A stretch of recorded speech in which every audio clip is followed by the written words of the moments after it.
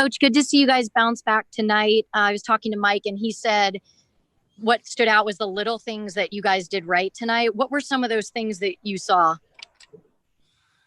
Well, the biggest thing it was we really competed. And I think when you do that, you find ways to make plays and win a game.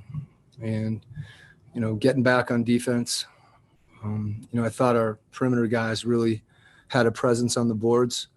And as much as anything, the guys that did a lot of those little things, particularly Joe's performance was just terrific, and Fave came in with Rudy in foul trouble and gave us really good minutes. But we defended, I think when Mike's talking about that, that's really about the defense. But the other thing that we haven't been doing is we haven't been spacing.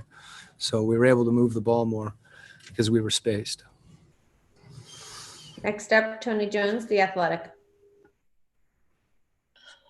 Coach, what are you seeing out of Mike? I mean, I know that he started to get really comfortable within the offense towards the end of last season, especially towards the bubble.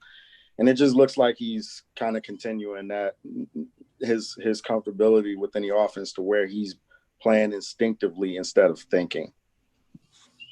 Yeah, well, I think he's thinking, and because he's thinking, he's able to be instinctive. He's in positions that he's tough to guard. And, one of the biggest things tonight was when they started, switch and pick and roll, he's able to get in the lane with his quickness and make some plays for other people. So as you said, things take time. We're still going through some of that. I don't know if it's been talked about or anybody's aware, but I think it was 13 games last year that Joe, Boyan, and Mike played together. Mike was banged up the first part of the year. He came back, and then, we didn't obviously have Boyan the second part of the year. So those guys, it kind of occurred to me, frankly, the other day. We've talked a lot about continuity, but with a guy like Boyan or a player like Mike and Joe, obviously tonight as well, those guys figuring out, just, I won't say coexist, but how to play together and help each other, because they're all unselfish. And I think that'll be something that we'll continue to improve on. All right, Eric Walden, Salt Lake Tribune.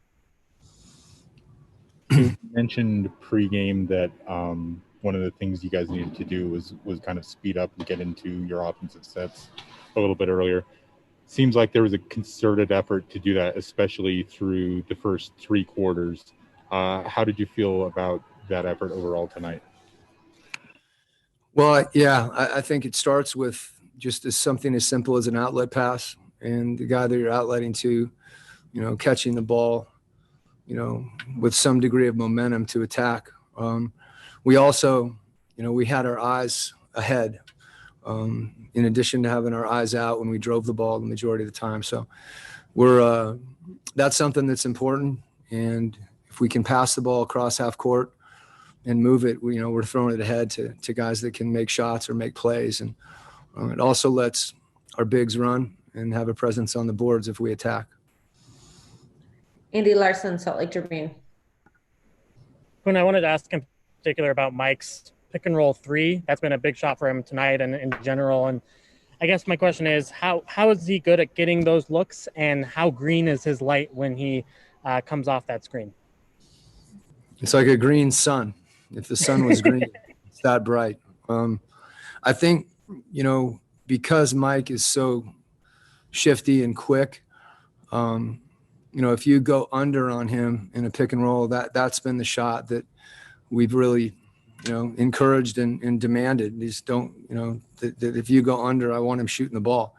And that has, suddenly people have to go over, and now he's able to get in the paint. But, that's the one in particular. And the other thing is, we really want our guys to read the play before they get the ball. And I think his reads are getting quicker. You saw that with some of the catch and shoot threes that we need to shoot threes when we have closeout situations and guys' arms are down. And, I think his three, as you saw tonight, is setting up a lot of other parts of his game. All right. And one last question from Ryan Miller, KSL.com. Hey, Quinn, you talked about Derrick Favors a little bit. Could you just go into a little more detail about how important he was, especially in that third quarter? Well, I think even in the first half with Rudy in foul trouble, we have confidence in Fave, not just to stabilize, but to play well and make plays and give us a lift. And credit to him, he's always ready to play. Whatever you ask him to do, he's going to embrace.